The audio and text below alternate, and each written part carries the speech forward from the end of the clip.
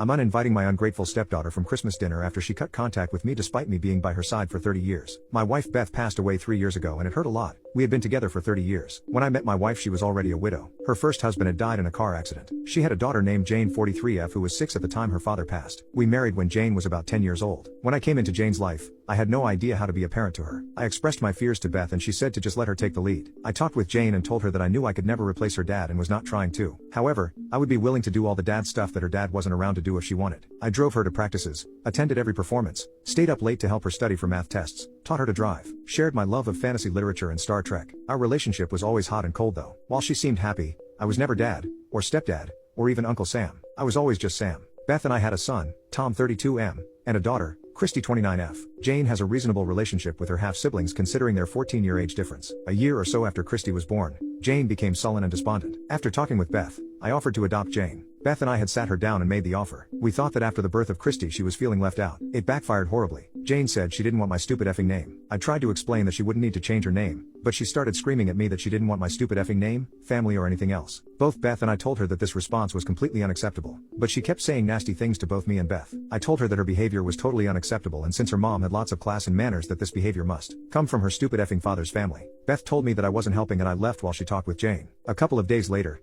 Jane asked to talk with Beth and I privately. She said wanted to move in with her uncle. I figured this was a hollow threat from a teenager since that uncle lived 2 states over and her life and friends were all where we lived. I said something like, well, if that's how you feel, you and your mom work it out and I will make it happen. I then left. I was the main disciplinarian parent in our household and while none of the kids were troublemakers, they all did things that got them grounded or their privileges with our cars taken away. I think Jane resented this as well. When Jane graduated high school, each student was able to purchase 2 tickets to the ceremony. Jane purchased 2 tickets and I thought I would be attending, but the week of the ceremony Beth told me that Jane wanted to use her second seat to memorialize her father. I was hurt, but I understood. She put a picture of him on the empty chair next to her mom. I think it also hurt Beth as well. Jane was an excellent student, and she got some good scholarships, and I paid the remainder of her cost to go to college. I did get to see that graduation. When Jane got married, Beth and I were not able to pay for the entirety of her wedding. We paid about half. She had her father's younger brother walk her down the aisle. She would spend a week or 2 during the summer with her father's family. At the reception my wife was again seated next to an empty chair to memorialize Jane's father. I was not given a seat with Beth at the family table, and honestly, I don't remember where I was supposed to be because I spent my time at the bar or standing behind Beth who was having a very hard time. However, it was a lovely wedding and once the dancing started and everybody was out of their seats I stopped worrying about where I was supposed to be. When Jane had her first kid, Beth and I were overjoyed. However, I soon learned that while my wife was going to be Gram, I was not going to be Grandpa but still just Sam. I am Sam to both her children. This was again something that hurt, and when Tom had his first child he asked if I wanted to be Granddad or Sam to his kids and I jumped at getting to be Grandpa.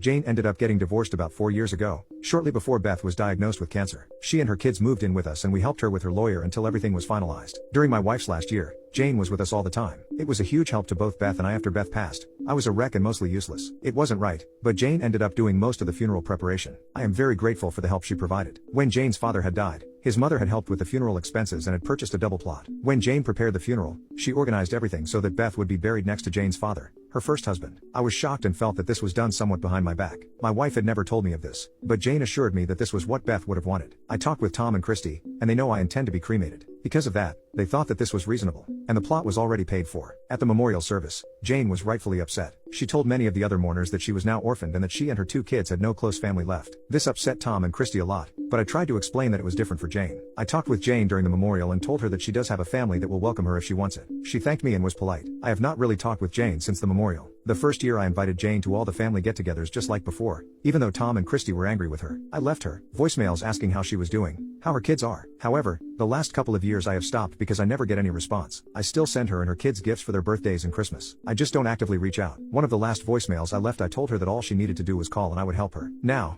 my daughter Christy is getting married next year. She reached out to Jane in the past few months and has been working on reconciling with her. Additionally, Jane's ex lives in a different state and her kids will be gone for most of the holidays. Jane has told Christy about how alone she is feeling. Christy called me and asked me to invite Jane to my house for Christmas. Christy and her fiancé will be there along with Tom and his family. I told Christy that Jane knows she is always invited. Christy says that Jane won't come if I don't call and ask her to come. I told Christy that she could invite Jane, or she could tell Jane to call me. Christy says I'm being an a-hole for not calling Jane. I talked with my son Tom, and he says he is tired of the rest of us having to beg Jane to be part of our family. I love Jane, she is my daughter, but after so much, I just feel like the only way this will work is if she takes the first steps.